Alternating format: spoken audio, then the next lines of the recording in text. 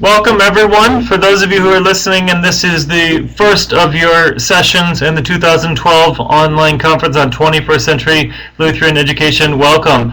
We're nearing the end of day 2, the final day of our conference. We have this presentation and then a concluding panel discussion the hour after this. For our next hour, we have Tom Grunow, who is the co-founder of Cornerstone Stewardship Ministry.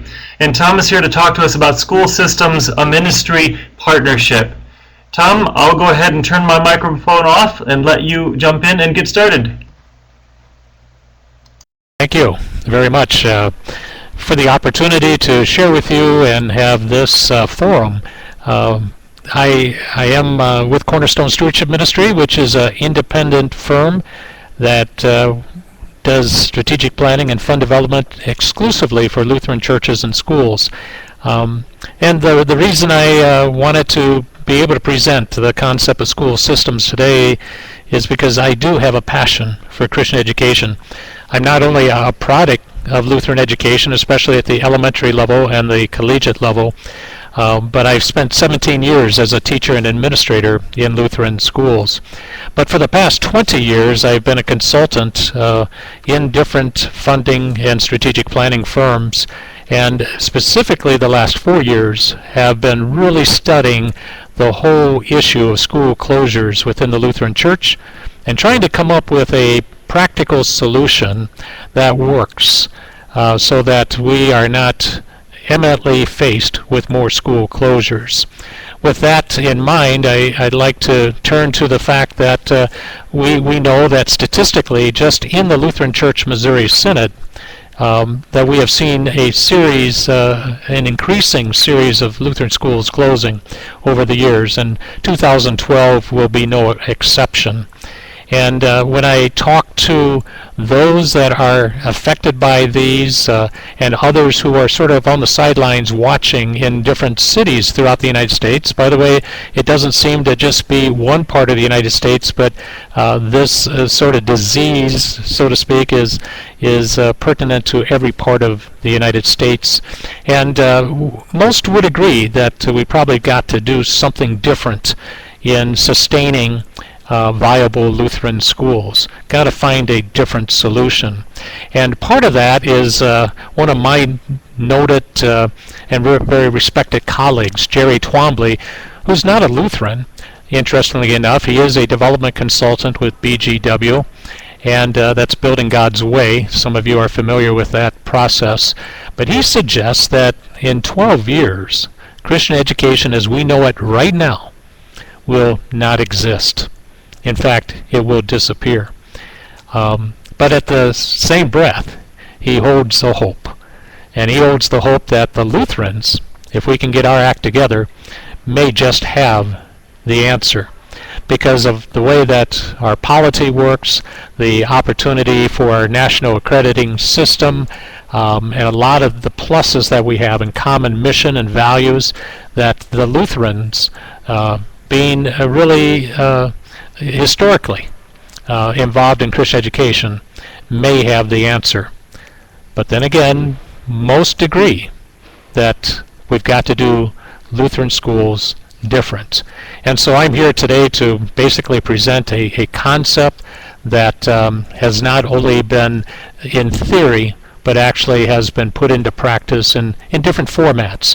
And so I'd like to have you join me with sort of taking a look at this, and then hopefully at the end we'll have plenty of time for questions and maybe not so many answers, because quite frankly, every scenario, every situation is probably different, but at the same time there's some fundamental principles that I believe could help our whole process of doing this. So perhaps in your own school you've seen some of these things if you're an administrator or a teacher or a board member or just involved as a church member on a board of education or something like this, and you've seen some of these things happening in your school, and what happens, it's sort of a spiraling effect. It continues to climb and climb and climb, and more things begin to happen. One after declining enrollment leads to some funding operation problems, which eliminates all the reserves that have been built up over the years, and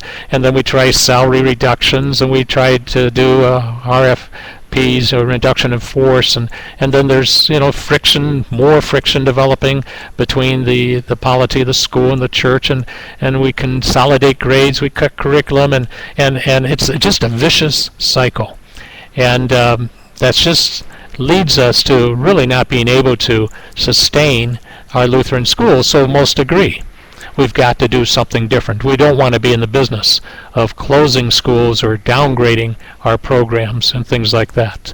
So what I have before you is some current models. I've been doing a little bit of research, and in fact there's a handout here that I think you'll be able to pick up, but it goes into a little more detail, and if we could put that up on the screen, but it sort of lists 12 different models of what I find out there in Lutheran education right now. Everything from our traditional parochial model, which was a independent church school, and then we've tried some cooperative or partnership or associations. We've even consolidated some ministries where some grades are at one school campus and one is at another school campus. And as we look at it's the other slide, the one that's on school options, I believe, that we want to look at. But recently we've done some merging of ministries, and this is just sort of a chart, and again it's open for discussion. You can see it's a discussion matrix because it's not complete. I'm not claiming to be an expert in all these different areas, but as I meet with different folks that are in different situations, whether they're an association type school system or whether they're into a charter, which has more recently been enacted in cities like Milwaukee and down in Phoenix, or now lately the wraparound charter, which shows some promise for states that allow some voucher or free education for those that live in the city, to even into something called the Charlie Project that Marlene Lund and the Center for Lutheran Urban Education has really studied for the last 10 and 12 years, and have a very interesting concept of how they feel that we could really not just sustain Lutheran education, but really expand and enhance Lutheran education. All the way to special interest schools, where I've learned about some schools that are operating in Lutheran facilities, churches that now actually work with government entities, for example, working with those that are in juvenile delinquent programs and offering special education opportunities for them. To really what I'm talking about today is this whole idea of the partial or comprehensive system. So I'm going to encourage you sometime to take a look at this particular graph and provide input back to me too as you look at the different, there's some 30 different features that run up and down the left side there, and I've simply tried to indicate somewhat fairly and honestly what I sense that the different options, what their benefits are and things like that. So now going back to our presentation, really want to begin to focus in on that last column, which is the concept of the comprehensive school system. And the whole idea here is we look at our current models, but then we move on to that comprehensive system, which is considering this new ministry, what I call new ministry partnership, the Concordia School System. That is a Christian educational ministry that's still grounded in the tradition of the Lutheran Church Missouri Synod. Now, this didn't just come out of thin air. This concept to do this really started to develop a good number of years ago, which what I call the Omaha model. A good partner in ministry and friend of mine, and currently the executive director of our Lutheran high school in Austin, Texas area. They're moving, hopefully in this next week or so, at least, to buy some property north of Austin. David Mueller founded the WOSA, the Wider Omaha Lutheran School Association, and I happen to have the privilege of being the consultant on the project, really to help raise funds. And this Omaha model really intrigued me from the standpoint that it was a different way to bring about Lutheran education in an area that was really struggling. In fact, had closed one school, and there were several schools that were being considered for closure. And basically, it had a vision. Dave had a vision, and the whole board really was rooted in this vision, and that's what really helps begin the dreaming process, because that's all a vision is. It's a dream. It's a dream that, quite frankly, only God can fulfill. That by our own might or power, it's almost impossible. And so here is part of their vision, where they obviously we want to do this for the benefit of the kids, where children can come and grow in that saving love of their Lord and Jesus Christ. We want children to receive that quality or excellent education which meets or exceeds the state standards.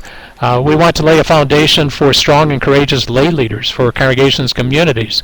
We want to reach out to the unchurched children in the community, and we want to be sponsored and supported by the congregations. Now, this was their vision in Omaha, and they had the opportunity to work with a group of churches and pastors and leaders in that community, and you'll see on the next slide a vision that resulted in phenomenal growth in just 6 years, with the addition of not just 2 elementary schools, but a high school that was all created as a system under one central administration with multiple campuses. And that really intrigued me, and that was about 12 years ago, and that's always been in my mind. Why couldn't we replicate or duplicate something like that? Now, I have to be honest with you, is that the system there has changed today. It's taken a different format, but I think any type of model continually needs to be evaluated and needs to change according to the current demographics and the current situation, and what you're finding to be the aspects of what is needed for the benefits of the children being served. And so this is one model that, again, I said intrigued me and began to allow me to think about, now, can we develop something that might even be more sustaining than this initial model? Well, I had the opportunity the last 2 years to work with a project and in the Los Angeles area. When we were called to be in service to this ministry, we had actually 2 high schools that wanted to raise dollars to build on facilities.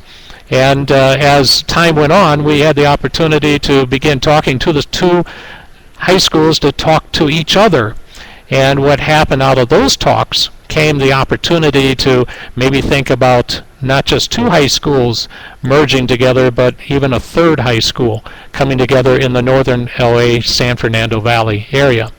And that project, called the Concordia School, Los Angeles, exists today and is really a combination of the Omaha model and then a lot of things that we'd learned along the way. Now, just like every other model, nothing's perfect. And if I were to stand here and say that everything's rosy and everything today, no, there's been a lot of challenges. There's been a lot of growth opportunities and areas that we want to investigate on how can we do something better in the future. But this picture, this diagram, basically shows what the picture was, or the idea was, to build one high school campus and have 4 elementary school campuses. In fact, when this was first developed, the elementary schools were not even part of the equation. The system came as a result of meeting with the church leaders and finding out that the churches were about ready to close 2 or 3 of these schools within the next year or 2. And we got together to basically say, how can maybe all the schools come together, the high schools and the elementary schools, to have a sustainable program. And so the next slide sort of shows you what happened then out of a number of congregations.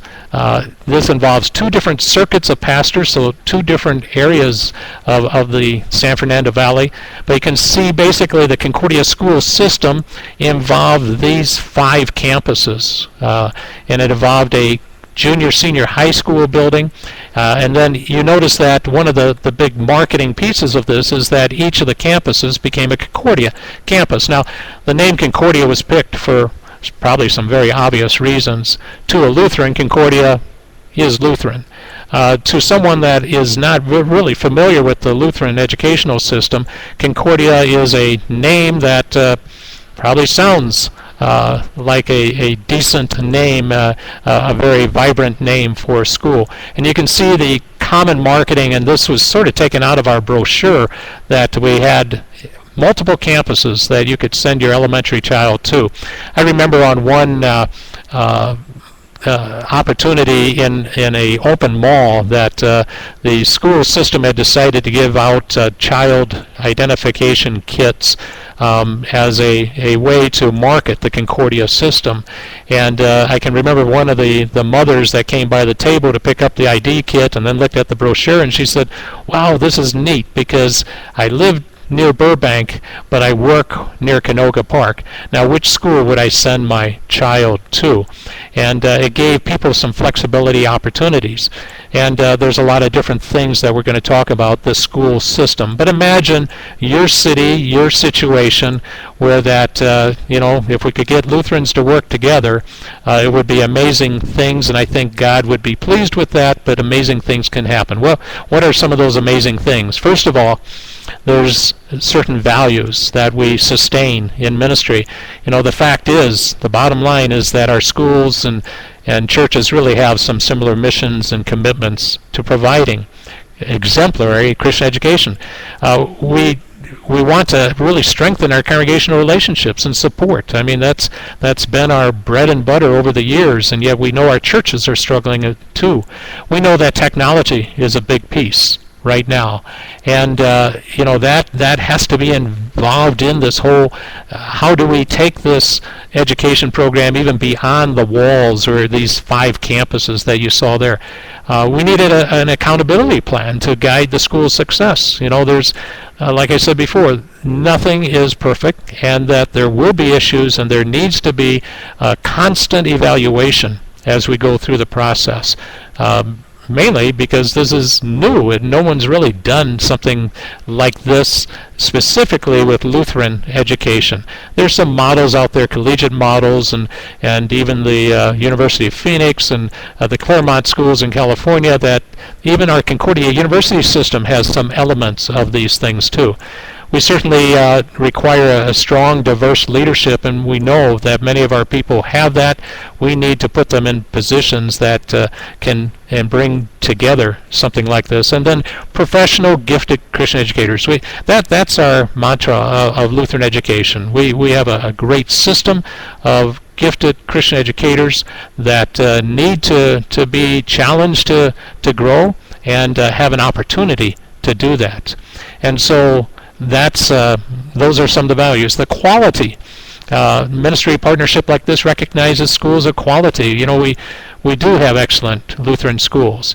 We have some schools that need to be challenged to raise their levels as well, but we need to look at the changing needs of the community and the church and just the times that we live in. We need to really look at being better stewards. We duplicate a lot of cost and efforts in our schools, especially some that are very close together, located very close together. We need to look at how do we enhance our educational facilities. A lot of our facilities in the Lutheran school system as we know it today need a facelift. They need to be upgraded. They need to be sort of more attractive and provide to our communities a little bit more in those areas. And we need to utilize our leaders today. We have some fine leaders. We have some great leadership training that's available through different aspects of our school ministries program and through some of the districts, and that really will be the key to having the future available to us is through our quality leaders. This leads us then, of course, to the vision. And the Concordia School system is really fourfold vision. One is to be more efficient stewards of the resources God has already given us, that we already have.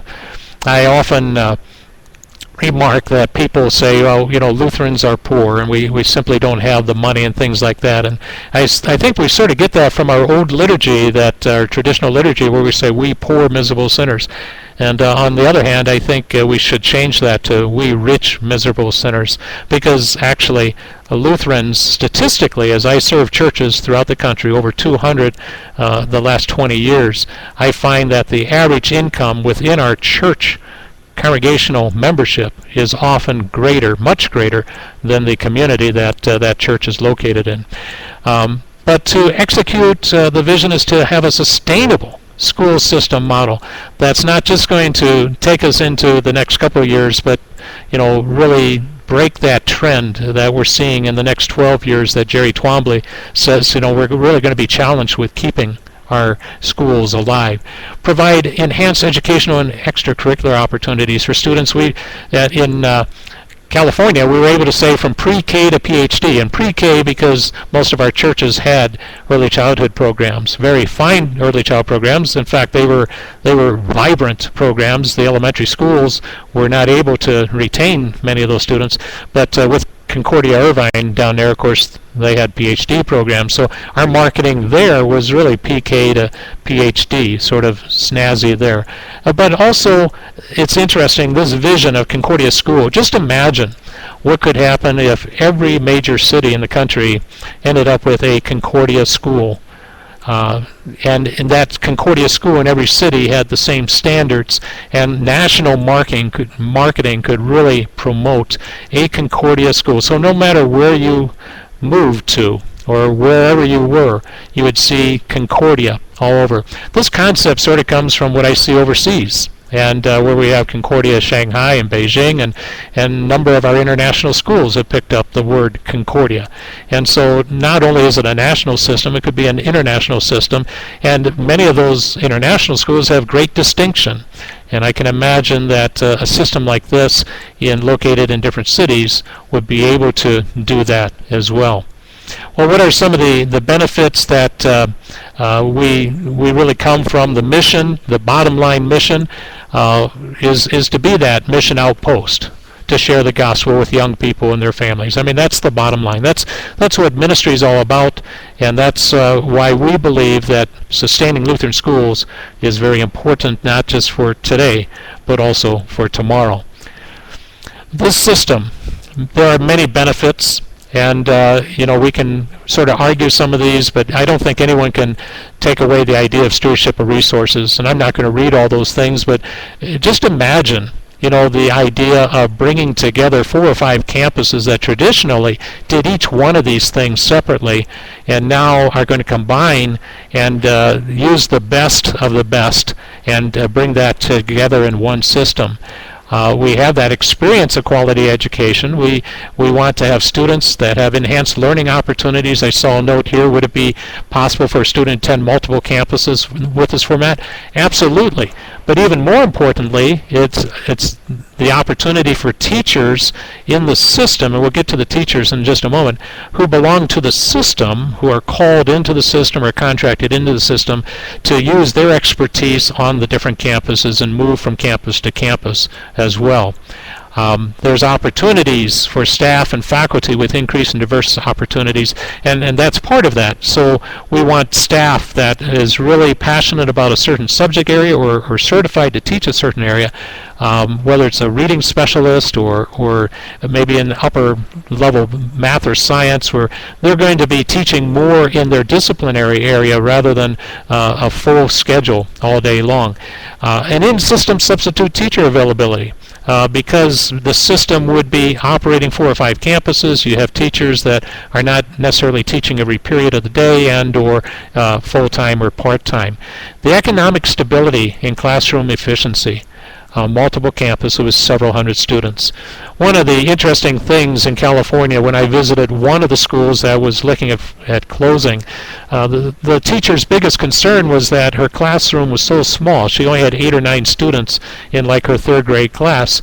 And in California, at least, it was very difficult to schedule a field trip because most of the places, like the Getty Museum and things like that, required at least 20 students for you to even come as a small group tour. And so she could never do some of those things. Now in the system, she could contact the other 3rd grade teachers in the system and say, let's do a system-wide field trip, something like that. And so you start looking at just the efficiencies and what several hundred students might bring to the table, and again the opportunity for students to go to different campuses, even if they move to the other side of the city. The concept eventually is that every school would have the same curriculum, the same program, so that almost everything is on the same page. And then increased attention from the community. One of the neatest things that we saw when the Concordia school name came out was people said, oh, is that a new school? Well, and essentially it was a new school. It was a rebirth of our Lutheran elementary schools that had been known by their church names and now been branded together into a Concordia name that people recognized it as something new, something that they wanted to be a part of. By the way, in my field of fundraising too, we found that donors felt the same way. They were saying to us, wow, it's about time we work together, and also this is a neat concept that they were willing to support the program. Other benefits, system faculty and staff, and I sort of got into this already, but advance in career opportunities, collaborate with teachers at their grade levels, and actually create content area departments now. So you actually had a early childhood department and a primary department and a upper grades department, that type of thing. And so now you're working on a professional development level at multiple campuses and teachers that all belong to the system. And so you do your in-services in-house, and you have enough at each level to do specific in-services for those levels. One of the things that the system brought was standardized salaries and benefits. We were sort of amazed of the 5 different or 6 different campuses that came together, actually 7 campuses, the diversity of salary schedules and the benefit packages out there, from no benefits all the way to very fine benefits and salaries that were probably $5,000 to $10,000 difference within the same area. One of the big concerns, obviously, in a merger and some of those other models is, will people stay employed? Well, the neat thing about a system is that teachers, like students, can be channeled to different campuses depending on the times. And if one area is sort of suffering a number of students, that teacher can be relocated to another campus where their specialty or skills needed. So churches don't have to make that awful decision to do a reduction in force, or RIF, but the system can operate with teachers in and out of the system and through attrition and things like that. So some things that I usually like to say in terms of faculty and staff and benefits and salaries and calls and contracts, we sort of take the headaches away from the churches and bring that into the system and allow the churches to do ministry, and that's really what the next slide is all about. The church really has little financial and school operation responsibilities, but very importantly, they have to, and they are required to provide the spiritual life ministry still to the church, the children and the parents. And that is very important, because in the system concept, we want that synergy with the church. We want the church members to see it as a seamless operation. We want to have the church still see it as their school, their responsibility to bring spiritual life ministry to those parents of the students, and also friends of their students too. Therefore, the pastor of the church participates on what we call the Pastoral Advisory Council. They help with religion curriculum, Christian counseling, as well as chapel, and that is the one requirement of the church to stay in touch with the school, even though it's not legally their school anymore, but it is a ministry aspect of their church. And so the idea is that there's a representation by a lead teacher or principal on the elementary administrative team, and so each site has this lead teacher or principal that also reports back to the congregation. We want to provide resources for parents, church stewardship as a system, and also even possible fourth source income. And this is sort of a something I picked up from the foreign mission field too, that many of our mission opportunities have this fourth source funding. And for the California project, they picked up on the idea that they're very close to Hollywood, and is there a way to provide family Christian entertainment, live entertainment, through musical productions and performances and plays and things like that, in using the state-of-the-art theater that would be built for the high school system, and essentially have about 40 weeks a year of ticketed events that actually would produce over a 3-year period over $1 million into the system. So fourth source funding, you probably haven't heard that term before. You know, we have third source funding, which is traditional fundraising. We have second source, which is, or first source in schools as tuition income. We have second source that, you know, comes from different grants and opportunities, government support in some cases, or just church subsidy support. But fourth source is really what is done in the overseas mission field, where a lot of those schools are supported by groups that create funds outside the school entity, but using, all the proceeds going towards the school. I sort of joke that every school probably ought to get a Starbucks on campus, and that could be a great fourth source funding piece. Get a bunch of investors to split 50-50, and if all the teachers aren't over there, at least the students and the parents might go over there too. But that's fourth source funding. This slide is a little messed up, but I think it'll still serve our purposes. To do something like this, obviously will take resources that may not be readily available. And I've just outlined some things that, at least in Los Angeles, we said, okay, we need to stabilize some of the school operations. They were running at a loss. In the system, the concept is that each church site becomes a rental facility where there's actually income coming from the school system to help the church pay for utilities and over cost. The technology, we talked about that. Transportation system between the system schools, very important to make sure that a student can be dropped off at one campus and get to the other campus, especially if they're in high school, or even if they're going to one elementary school across town or whatever. I see Dr. Bull, you're trying to contact me. Yes. Tom, your microphone started making a little bit of an echo noise, so can you do me a favor and just click off of your microphone, click the hands-free off, and then turn it back on? We just want to reset it. Okay. Okay. Okay, I'm back on. Okay, it sounds okay? much better. Yes. Okay, thank you. You can see also some infusion of dollars into the elementary system, especially in different areas that some of the schools were not able to support in the past. Some administrative support dollars and standardized salaries and benefits to equalize some of that. That was all developed to be funded by what we call a partnership and ministry campaign, which helped the churches raise dollars but also raise money for the school operations. And so there is yet another source of funds there to help the school system get started. Leadership team, rather traditional. Congregations, of course, being a key part of the player system of this. We never vacate the congregations. They choose a board of directors who choose an executive director, of course, then who staffs the rest of the support staff, as well as department heads and the different positions.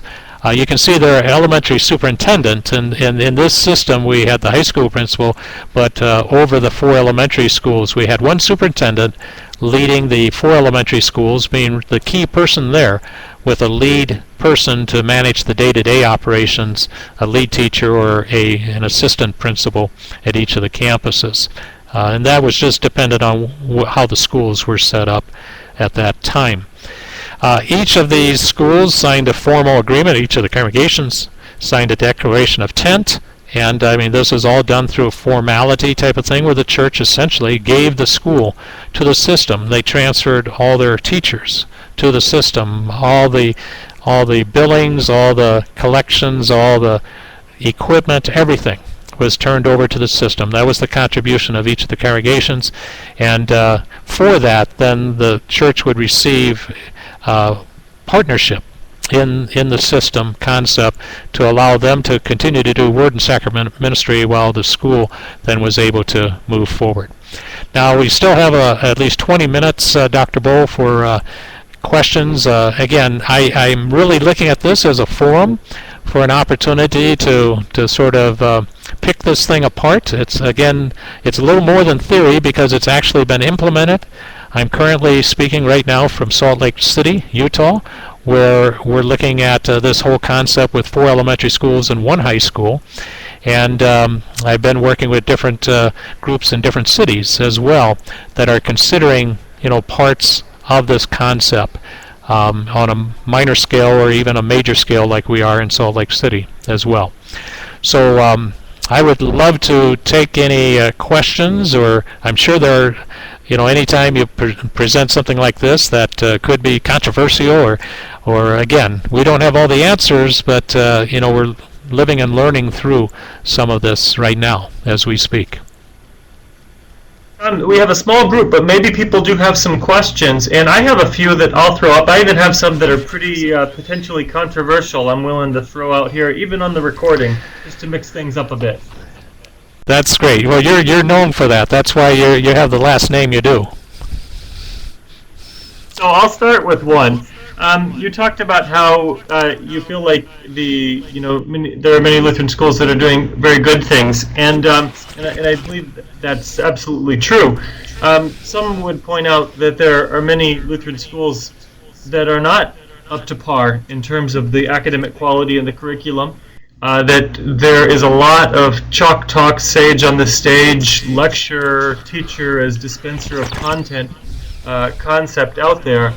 And my concern would be that we would create a system that simply replicates mediocre education. Can you speak to how in your current effort so far and in the future we might be able to do this in a way that really does have a great vision for education, where we're producing collaborative, creative Christians rather than complacent, compliant consumers who just follow the rules that the teachers give them? That's a great challenge, Dr. Bowe. There certainly have to be certain levels or bars of excellence in a system school, and whether that's just affording schools the opportunity to participate with other teachers of in the system, which we found to be really enhancing the competitiveness, but also the opportunity for advancing their own education. I know this sounds a little, simple, but one of the things that the school system did was infuse I can't even think about it. It's the board, the new. What am I talking about? It just went out of my mind. The technology in each of the classrooms. Every classroom got their own whiteboard with the technology there, and just the training and the opportunity to train teachers on using that to strengthen their curriculum. The discussions on curriculum between the campuses all came together when teachers had to start picking curriculum, and it wasn't just picking the logo and things like that, and uniforms or non-uniforms, whatever, but it really got into what we feel was really helping some of the schools that were unable to invest in that in the past, and to really encourage their teachers to go out and get additional education. And just the smart boards is what I was thinking of, and just learning the technology of a smart board and how do I recreate my curriculum there. It also allowed the group to basically be able to, if we had a specialty at one campus, to be able to use the internet now to really basically not only provide that class to other schools, or increase the language availability. You know, now teaching Japanese at each of the schools because the system can hire a Japanese teacher to go around to the different campuses, or even implementing just Spanish, which was a lot of these students in this area were Spanish, and you know, English and different languages. So really, over time, the idea is to be able to upgrade, and then, you know, if it's not working out at a different campus or teachers aren't working out, then the system would have to obviously deal with those situations. So again, it's not perfect, but the idea is to really combine our resources, our talents, our abilities, look at where we're at. There were some teachers that were not brought into the system on a full-time basis for one reason or another. Maybe they didn't have the credentials. Some didn't have those credentials, had not done that over the years, and you know, hoping to raise the quality of that. When we talk about a universal system or a national system, I would sense that each of the school systems would have to meet certain requirements to be using the brand Concordia. And I mean, that's our hope and dream for the future, something like this. Looks like Dan Burke had a question about the Fort Wayne school system and their partnership. Are you familiar with that? And how does that relate to what you're talking about? No, I have not discussed, Dan, the Fort Wayne system, and you probably know it better than I. I did have the opportunity to work with one of the schools, particular two of the schools, Holy Cross and Concordia, and I've seen over the years how the system has changed too. You know, everything, they started out with busing and working a lot on that and curriculum and things like that. One of the problem with our current systems out there, associations, you know, I can remember the years that Detroit was so strong, and actually is one of the strongest association or congregations today.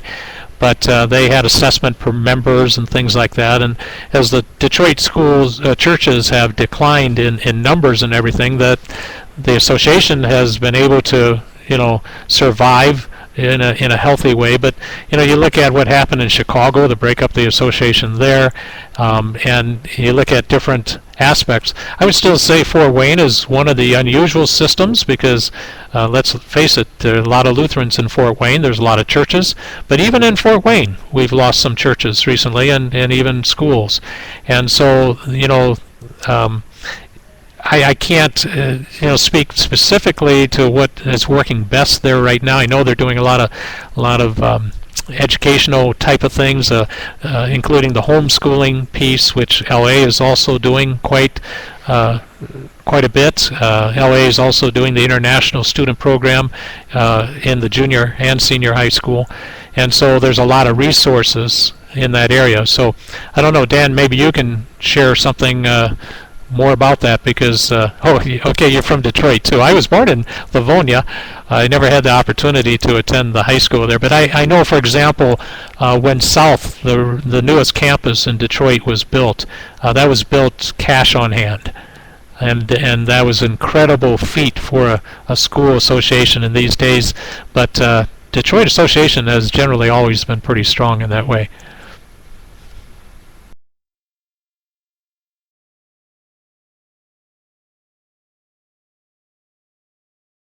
Anything else?